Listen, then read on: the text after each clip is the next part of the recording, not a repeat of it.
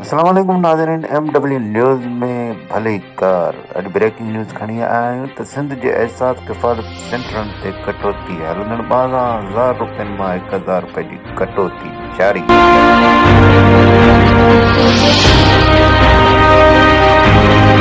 एहसास सेंटरनि ते कटौती माफ़िया सरगर्म, पुलिस खे भी हिस्सो मिलण लॻो।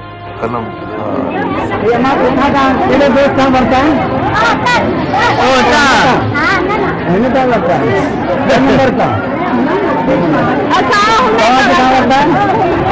आखिर वाले खेलें जाते वर्ता है हमारे नालो जाए जी मारी घना पैसा कहाँ है दिनों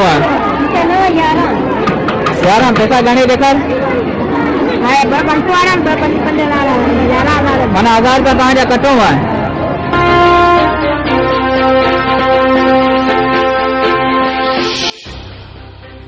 जी नाज़रीन, तव्हां ॿुधो तो केतिरे तकलीफ़ में रड़ियूं करण को ॿुधण लाइ तयारु न आहे। ईंदड़ ब्रेकिंग न्यूज़ ताईं असांखे इजाज़त ॾींदा।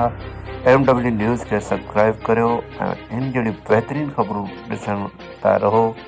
बेल आइकन खे दॿाईंदा रहो जी सभ खां पहिरीं तव्हां वीडियो ॾिसी सघो। अल्लाह हाफ़िज़।